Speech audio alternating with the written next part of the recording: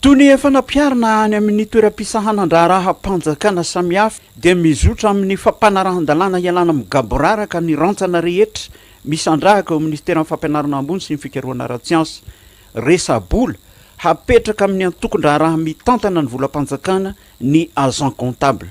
Établissement rehetrarehetra fa tsy ny université ihany satria nisy andinin-dalàna ny voaka ka sy tokony hataitra ny mpampianatra, sy tokony hataitra ny mpitantana fa efa fomba nahazatra io ary voalaza ny lalàna velona mahakasika ny fitantanam-bolam-panjakana mba ialana migaboraraka, ialana amin'ny mety ho fanodikodiana-bolam-panjakana fa indrindrindrina isin'ny mangarahara amin'izany fitantanam-bolam-panjakana zany.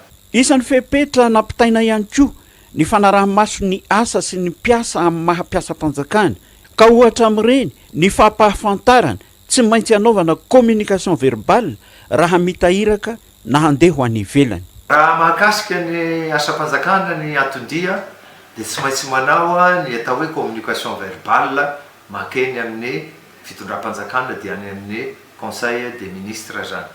Dia ny any no manapaka hanomezana lalana. Ny antony dia tsotra.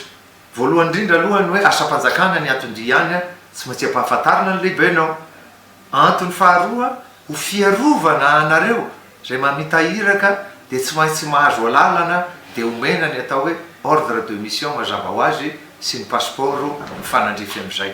Ny taky fiaonana tamin'ny akolafin-draharaha samihafa ny iray volana famantarana ny teboka iangana nisy ny fiaonana copries ny tariny izy io ny pakatra amin'ny tompona andraikitry ny sampan-draharaha samihafa fiaonana tamin'ny pikaroka tamin'ny CSS sy ny sisa sy ny sisa misokatra raha teo ho amin'ny fifanankalozan-kevitra sy fifampidiniana ho fanatsarana ny tompona andraikitra ato amin'ny ministera amin'ny fampianarana ambony sy ny fikarohana ara-tsiansa.